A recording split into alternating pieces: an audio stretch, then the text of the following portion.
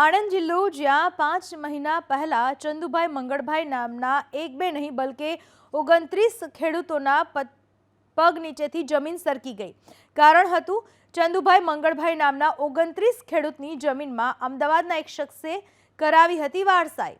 કલેક્ટરની તપાસમાં અમદાવાદના શખ્સની કરતૂતનો ભાંડો ફૂટ્યો અને 29 ખેડૂતોની જમીનમાં પડેલ વારસાઈની ફેરફાર નોંધ અને હુકમ રદ કર્યો।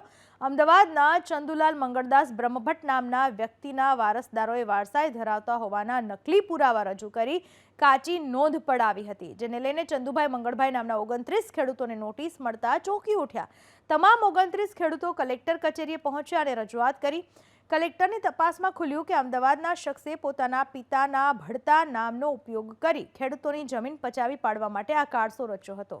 જિલ્લા કલેક્ટરે 29 ખેડૂતોને ન્યાય આપી તેમની જમીનમાં પડેલ વારસાઈનો હુકમ રદ કર્યો છે।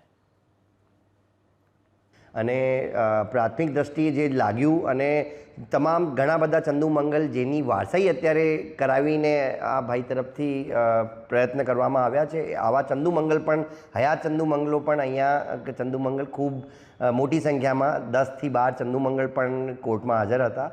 તો આ કેસમાં મારી તમામ લોકોને પણ અપીલ છે કે 135Dની નોટિસ જ્યારે બજે છે ત્યારે તાત્કાલિક કોઈ તમને વાંધો હોય તો સમયમર્યાદામાં વાંધો રજૂ કરવું જોઈએ।